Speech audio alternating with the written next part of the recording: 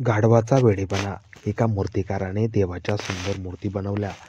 विकण्यासाठी त्या बाजारात न्याव्यात म्हणून त्याने आपल्या गाढवावर त्या मूर्ती लादल्या, म्हणजेच त्या मूर्ती बसवल्या व तो बाजाराच्या दिशेने निघालाच होता. दगडात कोरलेल्या ह्या मूर्ती बघून, देवाच्या ह्या मूर्ती पाहून येणाऱ्या जाणाऱ्यांच्या नजरा त्या मूर्तींवर पडू लागल्या. सहज हातात जोडून त्या मूर्तींना लोक नमस्कार करू लागले. पण नमस्कार त्या देवाच्या मूर्तींना करत होते हे गाढवाला लक्षातच आले नाही, समजलेच नाही. मूर्ती घेऊन चाललेल्या त्या मूर्ख गाढवाला कळलेच नाही. त्याला वाटे, जो तो आपल्यालाच नमस्कार करतोय, आपणच देव आहोत. त्यामुळे गाढव स्वतःला एक मोठा माणूस समजू लागला होता. गाढवाला गर्व झाला होता. गाढव एक पाऊलही पुढे टाकायला तयार नव्हता.